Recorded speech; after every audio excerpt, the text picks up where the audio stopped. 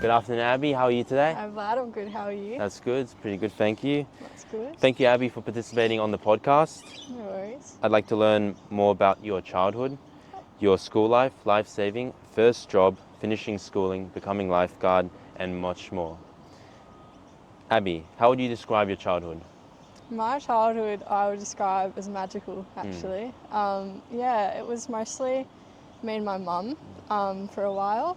And we are like best friends. We're very close. She's an amazing woman.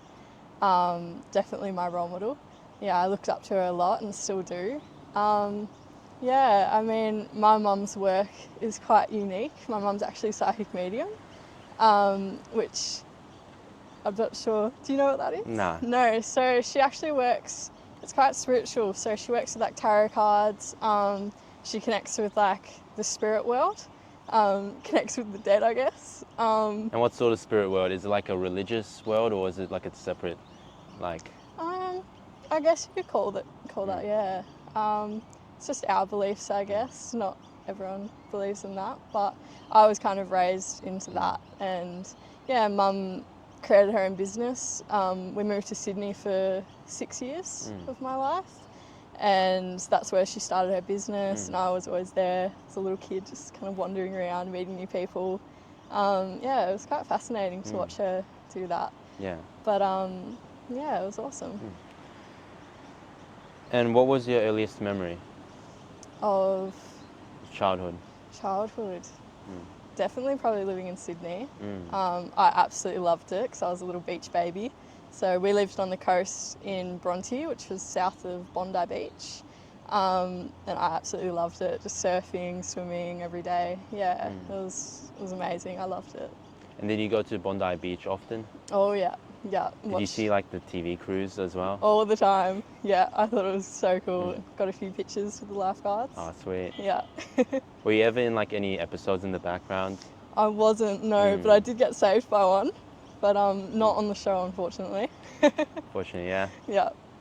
Wrong time to get in an emergency, I guess. Exactly. Yeah. Where were the cameras?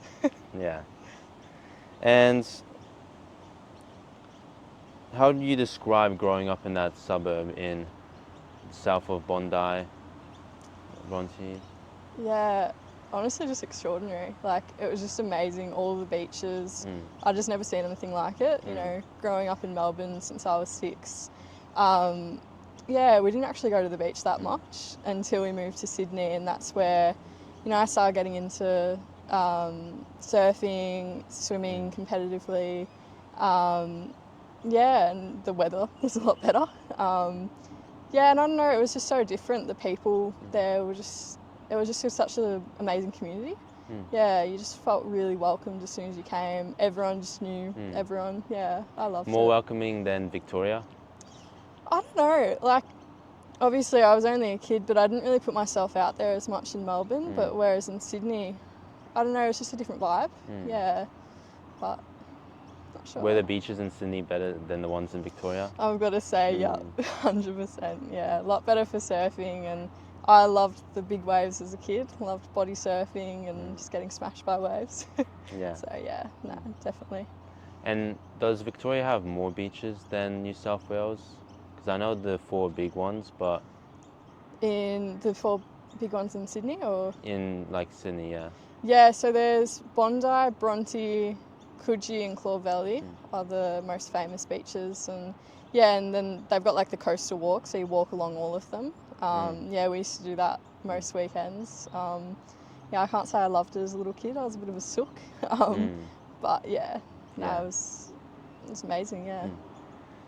And when you were in Melbourne, which like areas were you growing up in Melbourne? So Melbourne, I was born in Frankston.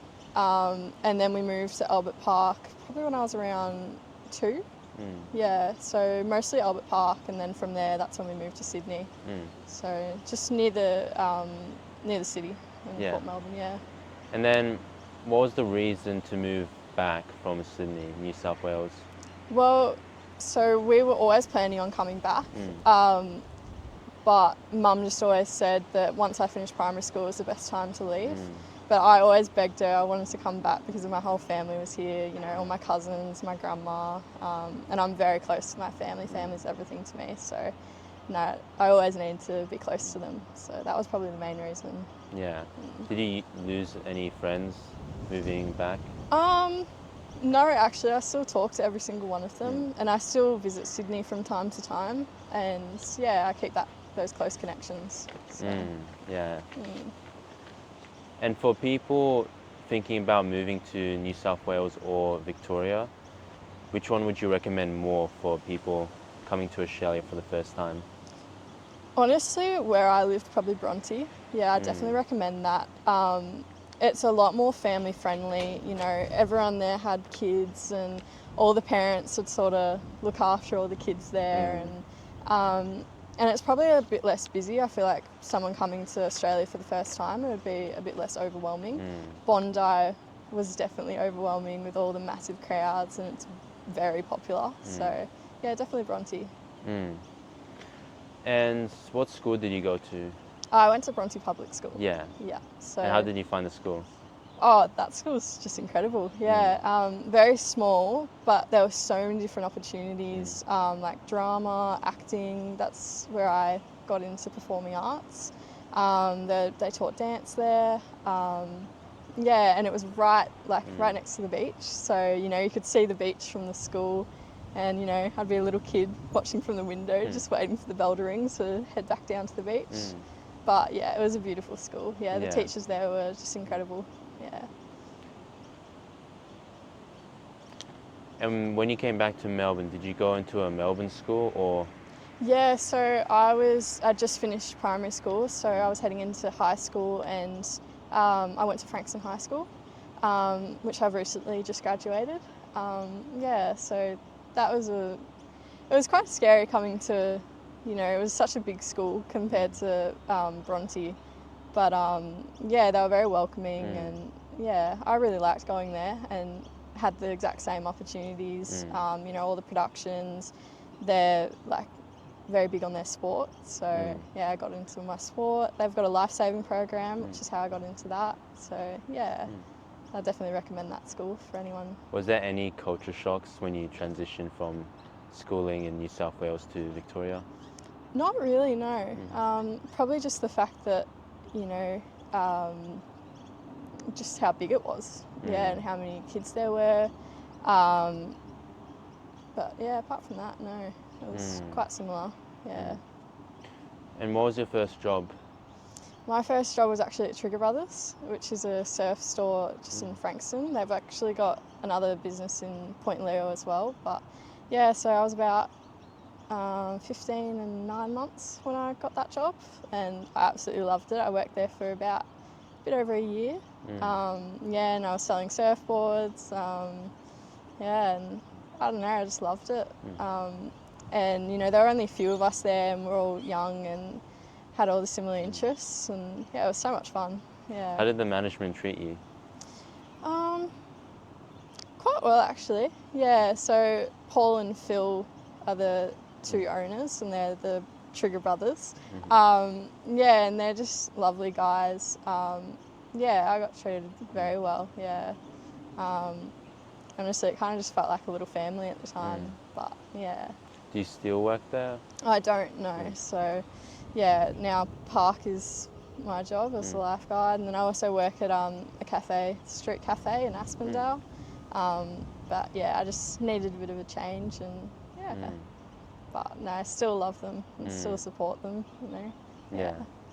And was there any main reasons of leaving, or was it just the change? Yeah, probably just needed a change. You know, I'd always wanted to become a lifeguard, and you know, doing voluntary lifesaving, I thought might as well get paid for it. Yeah. So yeah. And what club were you a volunteer lifesaver for? So I'm a member at Portsea Lifesaving Club. So yeah, our school lifesaving program, they actually signed us up for that club. And yeah, so I've been a member since probably year 7, so almost 6 years now. Yeah. It's pretty surprising that the school signs you up for a lifesaving club. Yeah, and that's why I love that school, yeah. Yeah, that's a really good initiative. Because at our school, our lifesaving teachers, you can call them, they were like massive members there, and yeah, that's why they started the program and thought they'd teach kids all the different skills. And yeah, and then at the end of the year we go on our camp at the clubhouse, and that's where you get signed up as a member. So yeah, so I've been going on that camp for six years now. Yeah, and I'll do it this year as my last camp. So yeah, it's incredible. Yeah. Would you recommend that initiative to be used more across different Department of Education, like schools and?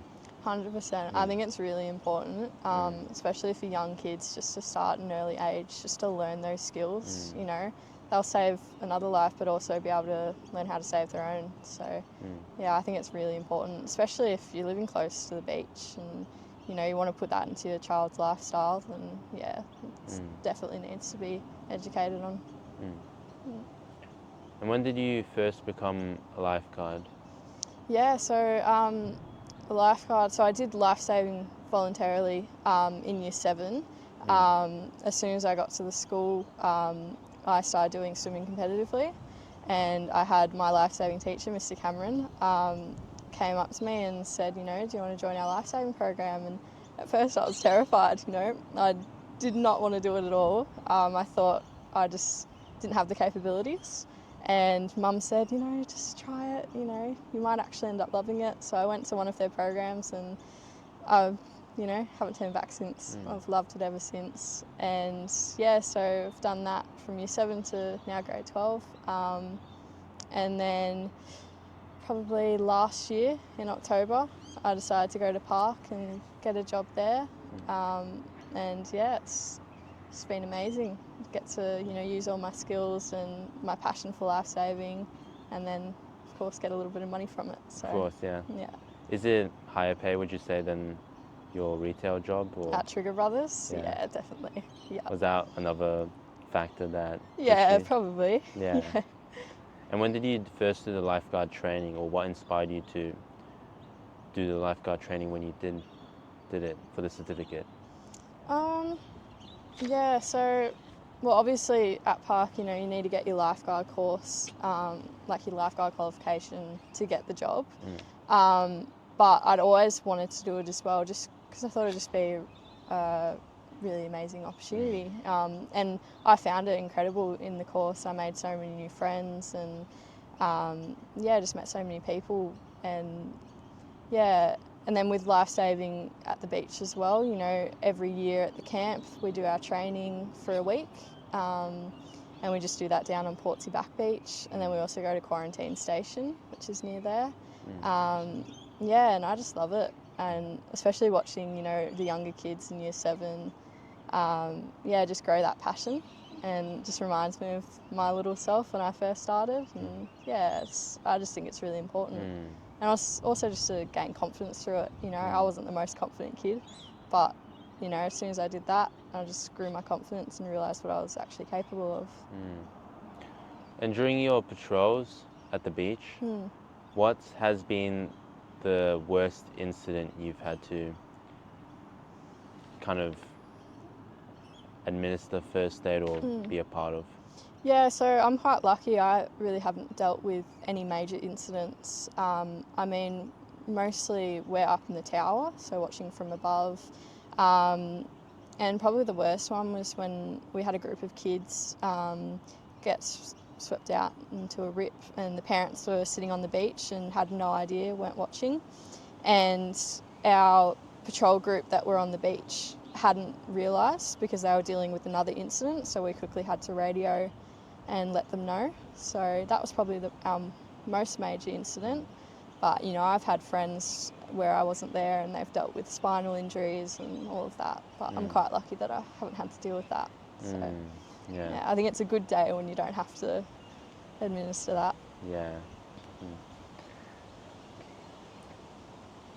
How do you handle the emotional waterfall of a tough rescue or near miss? Yeah, well, obviously I can be quite an anxious person, so especially, you know, when we had to deal with those little kids getting swept out, that was quite nerve-wracking, because you weren't sure if, you know, the patrol group would get to them in time, or if we had to quickly run down there, obviously, you know, it's a massive hill that we have to run down, and yeah, I was quite nervous, but yeah, I sort of just tell myself, you know, everything's going to be all right, you know, just stay calm. But yeah, I just remind myself that, yeah, it's going to be okay. But yeah. What's the biggest misconception people have about surf lifesaving? Biggest misconception? Probably that we're like Bondi Rescue. But yeah, no. Honestly, I'm not too sure. Yeah, I can't really think of one on the spot. How do you deal with difficult or disrespectful beachgoers? Yeah, so we deal with that quite a bit at Portsea, and obviously any beach would have to deal with that. I'll use an example. I mean, we've had these two parents come down one time, and they had a group of kids with them, and they were under the influence of alcohol. And we obviously told them that, you know, they can't be on the beach and have alcohol with them. And yeah, we had to deal with them screaming, yelling at us, and at the time we were quite young. It was actually our first patrol when we dealt with that, so I was probably around 13, 14. And I just said to them, look, you know, if that's how you're going to talk to me, I'm just going to walk away. And I just had to go and get my patrol captain, deal with that situation, because when you're young, you don't really know how to deal with a full-grown adult screaming in your face. So Yeah, it's also under the influence and... yeah. And you just don't really put yourself in that situation, especially if you don't know how they're going to react or if they're going to get physical. Yeah. So yeah, I just got an adult and got them to deal with it. So. Who are the members of your family? Who are the members of my Yeah. family? Oh, geez, I've got a big family. Yeah, so I've got 7 cousins who are like my siblings. I'm very close with them.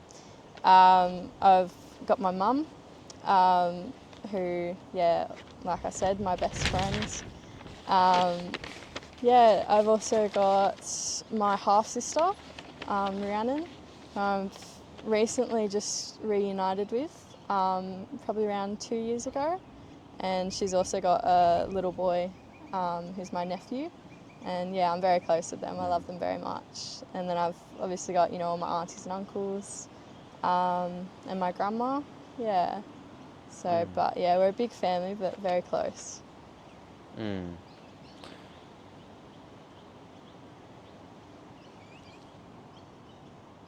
I heard you mentioned outside of the podcast interview that you were raised by your mother. Yeah. And she was raising you as a single parent? She was, yeah. Yeah. May I ask what happened to your biological father? Yeah, of course. Yeah, so my biological father, there are many words for him, but I obviously won't say that on the podcast. Yeah, he wasn't a great man, was very abusive mentally, physically, and this was all before I was born. He treated my mum horribly.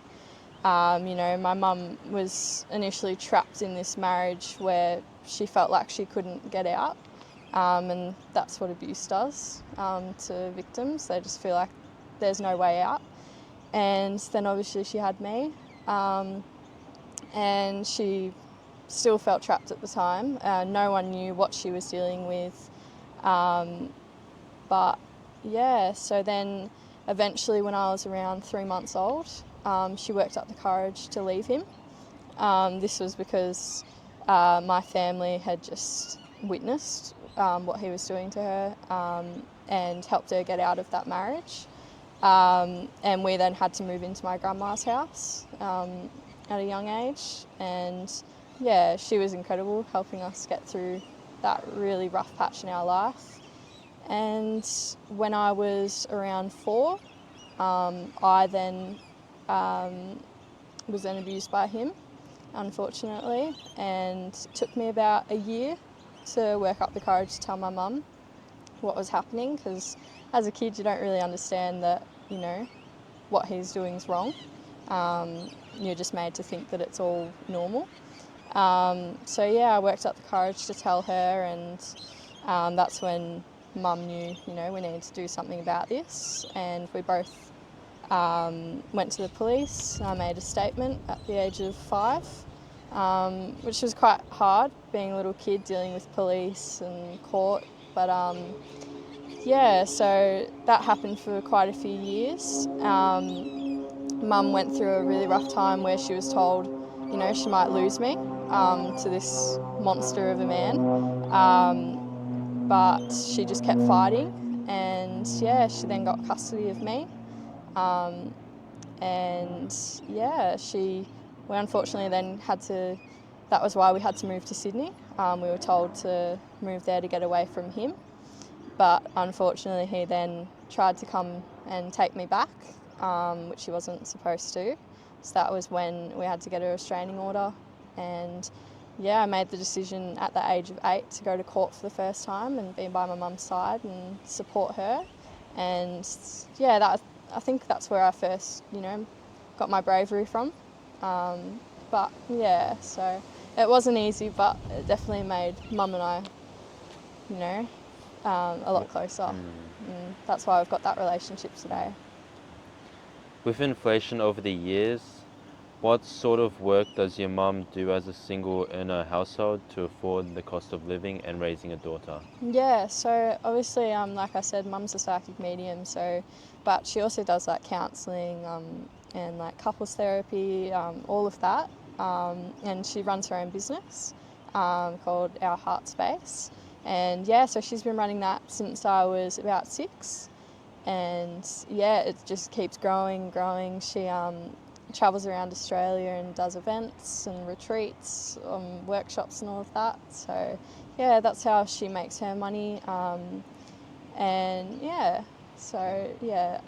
This is why I definitely look up to her, because doing that as a single mum definitely isn't easy. But I love to help her with it as well. I do her social media and all of that. So it's definitely a team effort, I reckon. Yeah. The next question was about your relationship with your grandparents. Mm-hmm. I think you've kind of stated already, Yeah. but if you want, you can dive deeper on that. I'm exceptionally close with my grandma. I was very close with my grandpa, but he unfortunately passed away when I was 5. But I honestly say that he was, the first man to show me what true love is. He was very strong.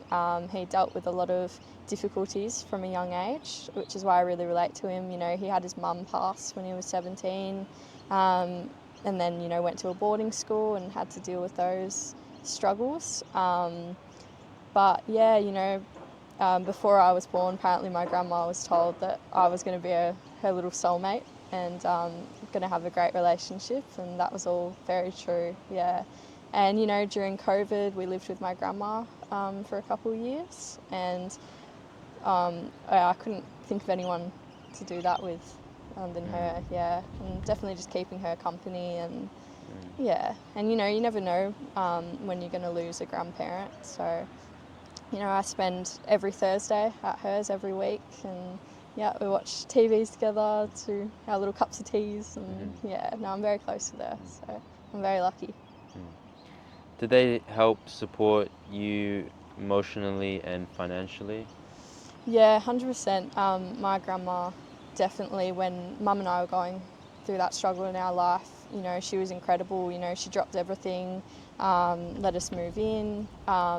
She definitely helped Mum out a bit financially when it came to the court orders and everything. When Mum was struggling a little bit, but definitely emotionally, for Mum, I can't imagine how hard it would be to find out that you might be losing your daughter to someone so terrible. So Nam was, by her side through all of it. She never left, and still to this day, she's just incredible. Yeah.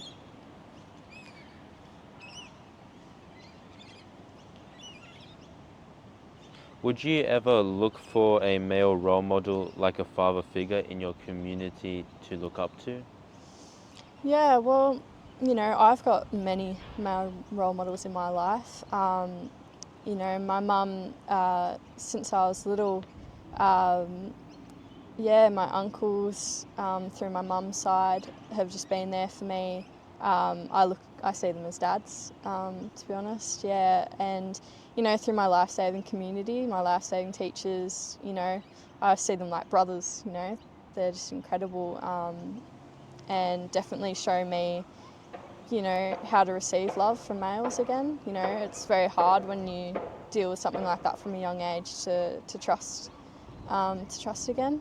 Yeah, so I definitely look for a male role model through family and that community of life saving. Yeah. How did getting raised by a single mum affect your work ethic? Yeah. So honestly, it made my work ethic so like incredible, because I was, you know, spending my life watching this strong, independent woman, you know, raise a child and grow a business, and it just made me want to be like her. You know, I always say that, you know, if I could turn out to be a woman like my mum, then I've made it in life, you know. So, you know, when I started working, I just put my head down, worked hard. Um, and yeah, and then when I work with mum sometimes through her business, yeah, I just, you know, try and be exactly like her, but, you know, with a little bit of sprinkle of me. But yeah. Did you have extracurricular activities outside of school? Yeah, so as a kid, I really got into performing arts. So, you know, living in Sydney, we had a NIDA, which was a performing arts university, and I got the opportunity to do a program there, and I ended up graduating that. And through that, I then, you know, got into plays and productions at schools, you know, through primary school and high school. And then, you know, I got into singing. To this day, I still am a songwriter. So I write my own songs and lyrics and, you know, piano chords and all of that. But yeah, and then ever since I was a kid, I've been doing singing lessons. But yeah, and then obviously life saving as well. So yeah, Can we find your music on Spotify? not Spotify, but I do have an Instagram account. Yeah, it's called Reeves Music. So yeah, I'm still growing that, but yeah, hopefully it'll become a bigger thing. But yeah, so And maybe you can do like a collab with some of the musicians at Park. I yeah, know James has like a yeah, big Spotify following. Yeah, yeah, hopefully. yeah, hopefully. And you do, since you're like a singer, you don't do as much instrumentals, do you? Or No, but I'm really hoping to. I'm actually going to do guitar lessons soon. I do know how to play the piano a little bit. You know, I get that through my grandpa. He was actually a pianist and a trumpet player. He was a massive musician and loved his music. So yeah, I definitely, when I am doing that, I'm looking up at him and hoping he's proud. So yeah. what are the main differences between beach lifesaving and pool lifeguarding? Yeah, well, obviously the environment, but yeah, I feel like at the pool, I'm talking to a lot more patrons there. You know, you get asked a lot more questions, you know, about the gym and the facilities. Whereas at the beach, I feel like, you know, everyone kind of knows where they need to go. And at the beach, I feel like you get to spend a bit more time with the other lifesavers as well. You know, I've got a lot of friends there. Whereas at the pool, you sort of just, you know, have to put your head down a little bit and just, you know, not really talk to the other lifeguards because it distracts you. But Because the 15-second rule. yeah, And you get exactly. told off if you do otherwise. Yeah, whereas at the beach we don't have that. So yeah, definitely that's a big difference. What was your last year of high school like with all of your responsibilities? Yeah, so well, obviously that's this year. So yeah, it was, I reckon, probably my most, the year that I struggled most. You know, there was a real difference in the study and how much work that you received. And yeah, that definitely stressed me out quite a bit, trying to balance out work as well. But yeah, I think it just taught me how to have that balance. But yeah, I don't know. But, this year, I don't actually have to do exams because I've actually gone unscored. So that's why I finished school earlier. And yeah, that was definitely the best decision for me because, it meant that I could just go straight into work, which is what I always wanted to do. I've now got all of the jobs that I have, and yeah, it's just worked out really well for me. There we go. Hopefully we didn't lose too much. Yeah. Okay, we're back.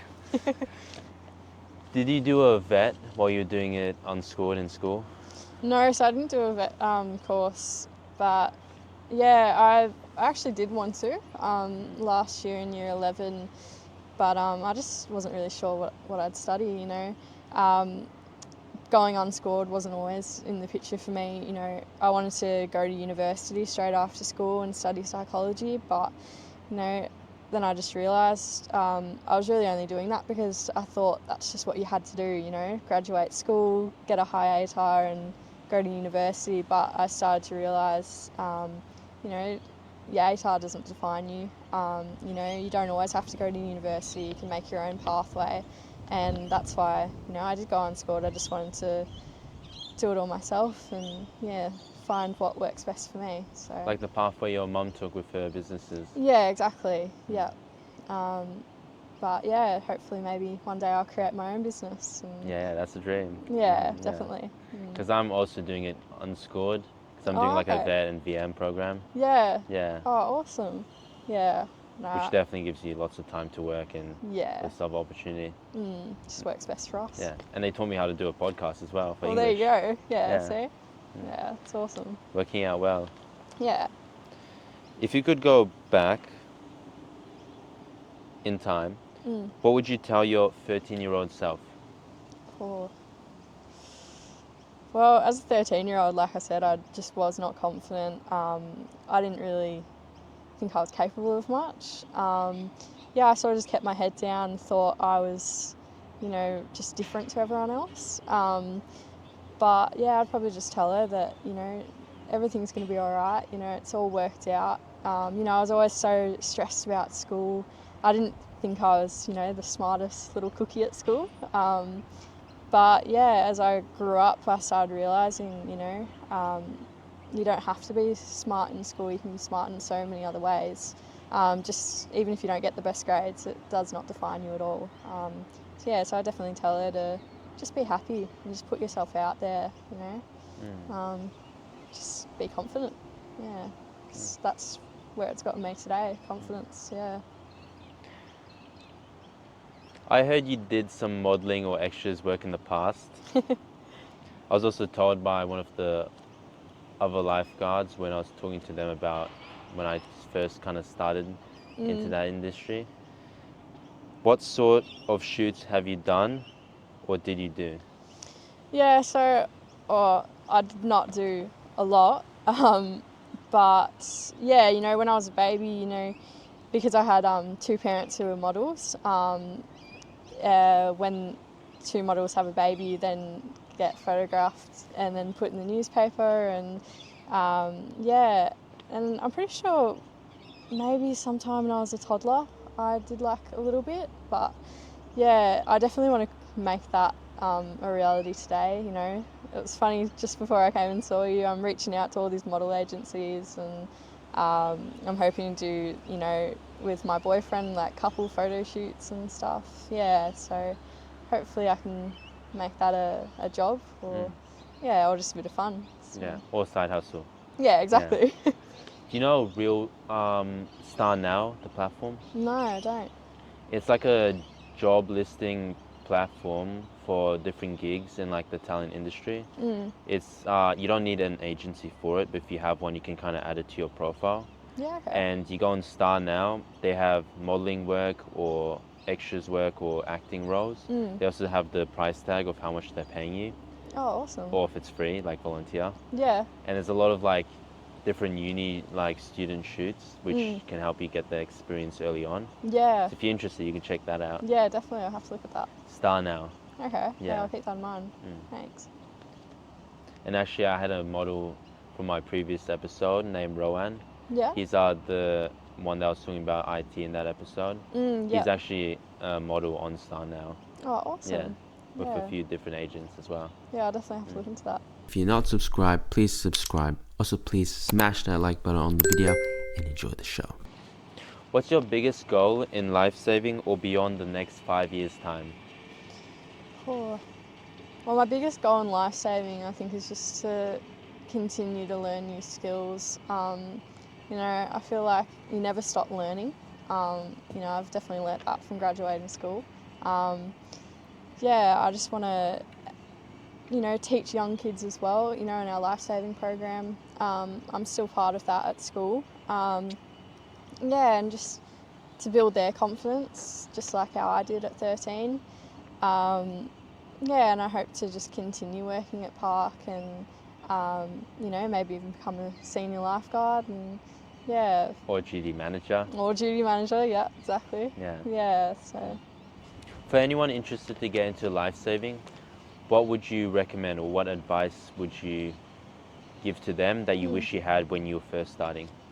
Yeah, I wish I knew to, you know, just go to a club nearby, put yourself out there, and just, you know, ask what you need to do, what they need from you, what type of training. Yeah, and honestly, if you're interested in lifesaving, just, you know, start swimming, start getting those skills up before getting straight into it. Because I didn't really have those skills before going into lifesaving that much. You know, I did do a bit of competitive swimming, but I wish I went into lifesaving with a bit more of those abilities.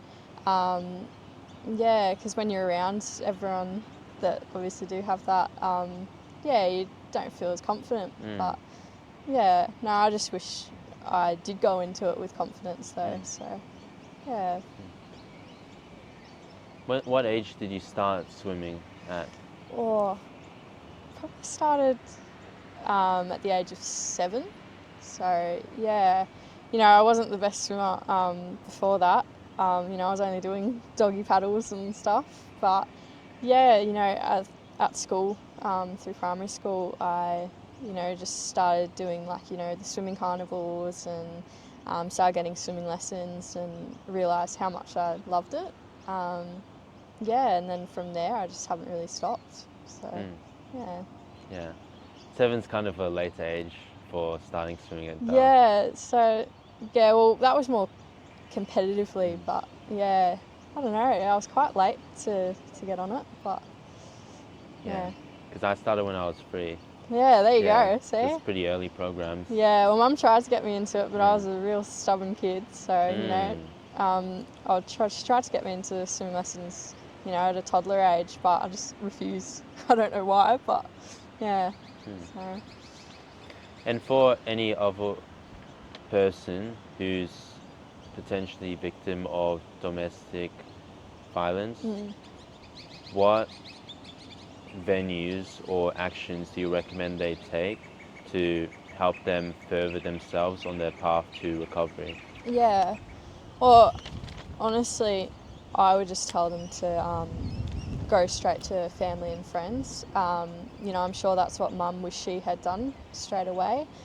But, you know, like I said, you know, when you're in that environment, you just feel like you're trapped and there's just absolutely no way out. But, you know, they just need to know that there is, you know, just turn to the closest person, and even if you need to just subtly tell them if that's how you feel safest to do so. But, you know, I'm sure there's so many organisations out there that they can reach out to. But, yeah, obviously I'm not that educated on it. You know, we just turn to family, so, yeah.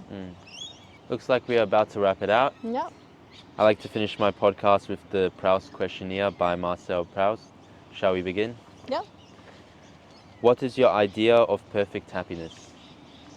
Oh, my idea of perfect happiness would have to be just being surrounded by our closest family and friends. To me, happiness is just being at the beach. But yeah, no, just as long as you've got love and family in life, I feel like that's just the key to happiness, in my opinion, yeah. What is your greatest fear? My greatest fear, or just losing family members. I feel like that's anyone's biggest fear. You know, after losing my grandpa, that definitely started the fear, you know, who else am I going to lose, you know? And yeah, probably just losing my mum, you know, since she's my main parent. I hope to never lose her, but yeah, so probably just that. Yeah. Both at one point we're gonna have to say goodbyes. Yeah, Or else exactly. that's the only like best scenario. Yeah, You don't want them saying goodbye to you. yeah. Yeah. Hopefully just not a soon goodbye. Hopefully later in life. Yeah. Yeah. What is the trait you most deplore in yourself? Probably just my listening skills. You know, I love listening to people. You know, that's why eventually in life I want to start doing counselling and probably do what Mum does, because you know her day-to-day life is just helping people.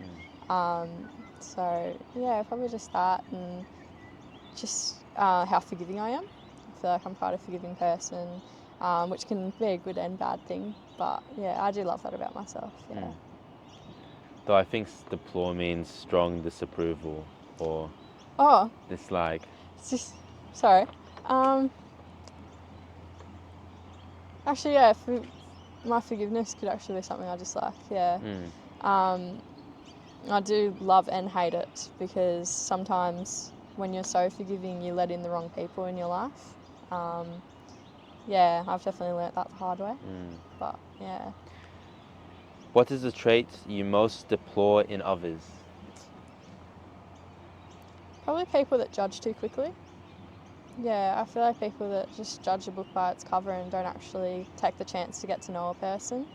Yeah, definitely that. I don't really like that. Yeah. Yeah.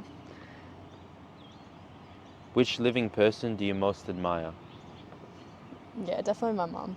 Yeah, you know, to this day, after everything she's been through, you know, she just still stands tall, shows up every day with a smile, and yeah, you know, you just look at her and you would not have guessed that she's been through what she has, and I just think she's amazing. Yeah.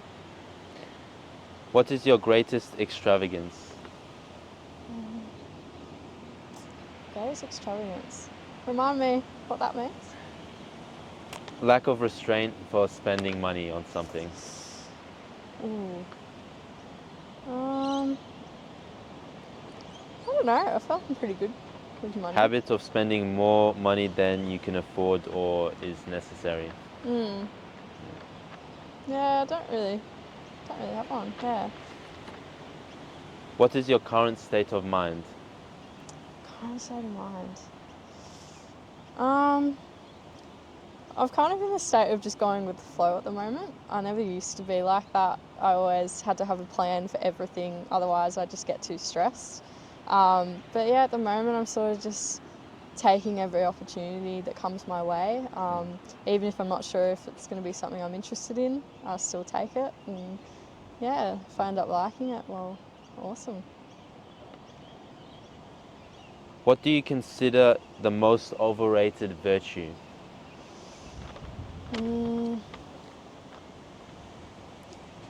What's a virtue? I don't really have an answer. I don't know.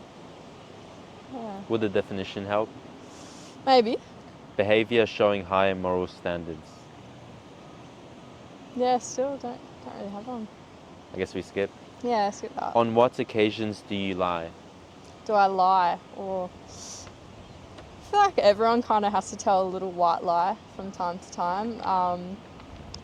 But, you know, I feel like maybe when teaching lifesaving, you know, if a kid's not feeling that confident and, you know, if he or she is not doing, you know, the perfect thing, you know, that you're teaching them, you just tell them, you know, you're still doing a great job, you know, still keep trying. But I feel like that's not a lie because, you know, they really are doing a great job if they're trying their best. But yeah. I'm kind of in a state right now where I'm really happy with my appearance. I never used to always be like that. as a little kid, I used to hate, my curly hair. I thought it was messy and just didn't like it. I always wanted pin straight hair because I thought that was just what made you beautiful. But yeah, now I absolutely love that about myself. I feel like it's just unique and what makes me me. So yeah. Which living person do you most despise? Definitely my dad. Yeah, just for how he hurt my family and hurt me.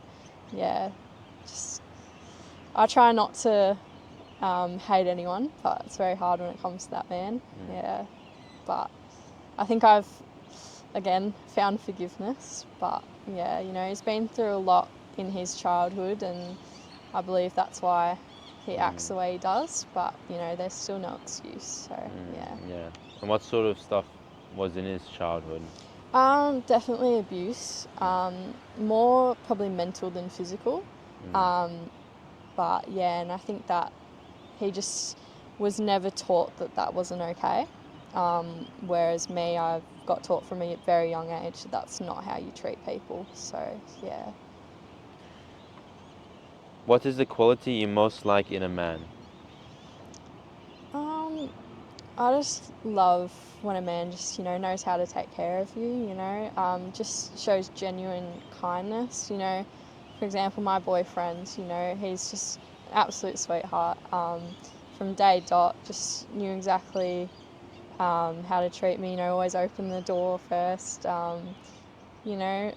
First date, he paid for. I'm not the type of girl that, you know, I, like to pay for my own things, but he allowed me to just let him to look after me. And he just always listened, when I wasn't doing too well, or, he's my first relationship, so there'll obviously be little triggers and trauma responses to what I've been through, but he was always so understanding and compassionate about that. So definitely those sorts of things. What quality do you most like in a woman? When a woman knows how to be independent and strong, like my mum, I love that when she just knows what she wants and just goes after it. I think that's important, just that independence and strength. Which words or phrases do you most overuse? Probably say like a lot. Yeah. Yeah, I also say like too much. Yeah, I need to get out that habit. Yeah, I did get out of it and I'm starting to get back into it. Yeah. Oh, what's or who is the greatest love of your life? I'm going to have to say my boyfriend, Lockie. Yeah. Love him with everything in me, relationship-wise, but the love of my life has always been my mum from day dot. I always say that, she's my soulmate in life, But yeah, they're definitely the two loves of my life, yeah. When and where were you happiest? Probably, I would say Sydney, but I've started finding that same happiness here. Definitely when I'm at Portsea Back Beach is when I'm at my happiest. At the camps that we do every year. I don't know, there's just something about it. Just makes me feel like I'm back in Sydney, on the coast. Yeah, it's probably that. Which talent would you most like to have?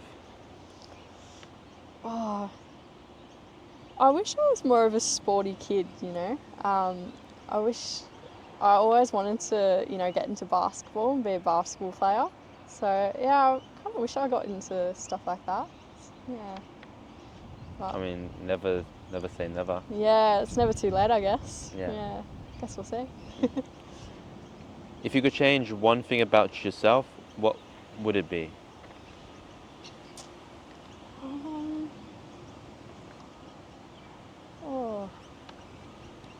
Well, I try and be like a really confident person and not want to change things about myself, but I feel like, as previously mentioned, probably that forgiving side.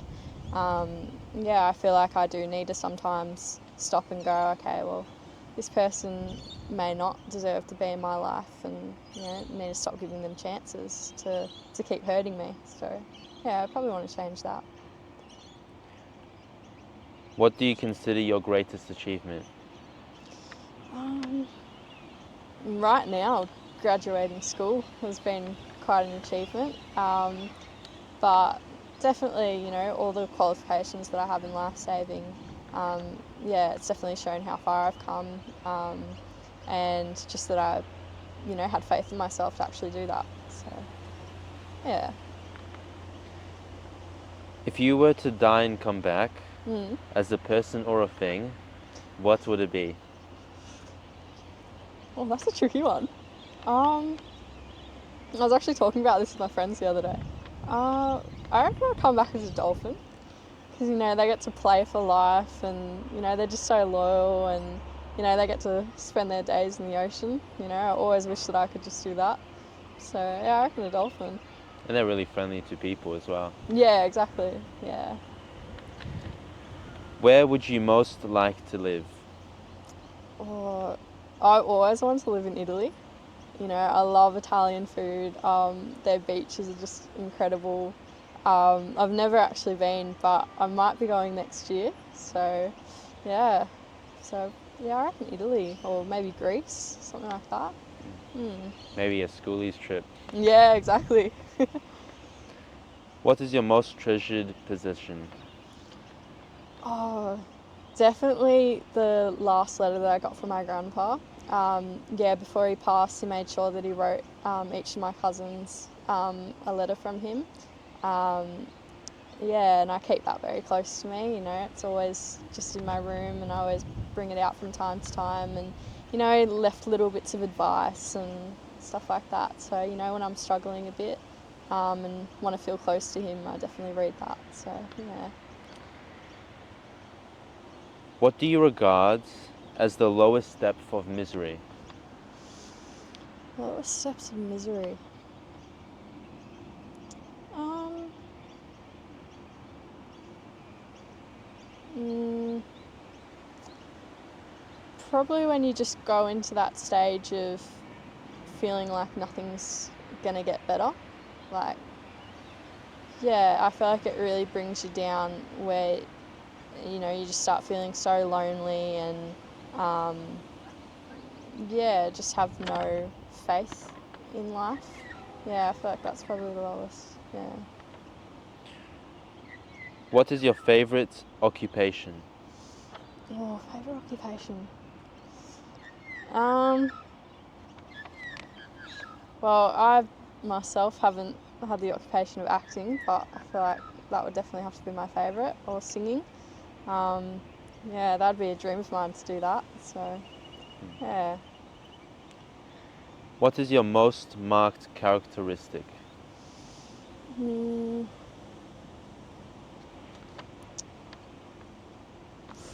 Probably my humour. Yeah. Maybe stand-up comedy is a better Yeah, pathway then. maybe. Mum always said that she thought I'd become a comedian. So, yeah, I don't know. Maybe that could be the next pathway. Maybe, yeah. What do you most value in your friends? Yeah, I definitely value loyalty and understanding. You know, through everything I've been through, my friends have just been incredible, just staying by my side. And even when they can't relate to my struggles, they're still there just with a listening ear. And yeah, just have always stayed by my side, never left. So, yeah. Which historical figure do you most identify with? Just trying to figure out. I'm not too sure. I'm not too good for my history. Yeah, might have to skip that one. Right. You know, I wasn't always good at history in school, so I guess it shows. Yeah. Who are your heroes in real life? Heroes in real life. Oh, my mum's just been the answer for everything, but mum as well as, yeah, my grandma. Yeah, just the way she's, you know, she's got the same strength as my mum does, you know.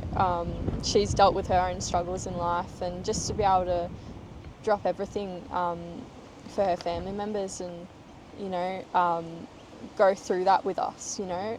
It became her struggle as well as ours. So, yeah, she's definitely one of my heroes. Yeah.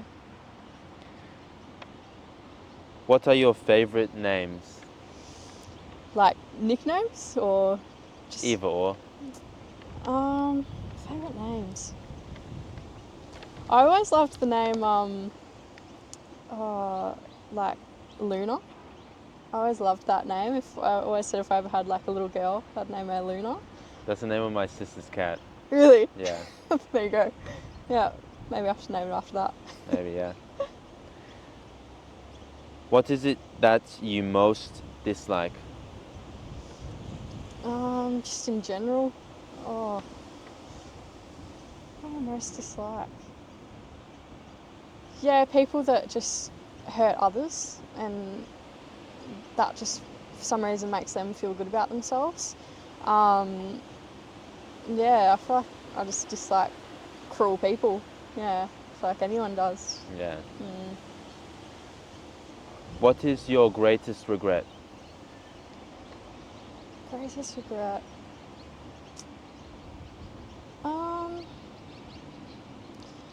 Probably just at a young age, not putting myself out there more. I feel like now that I'm out of school, I regret, not making more friends and hanging out with friends out of school.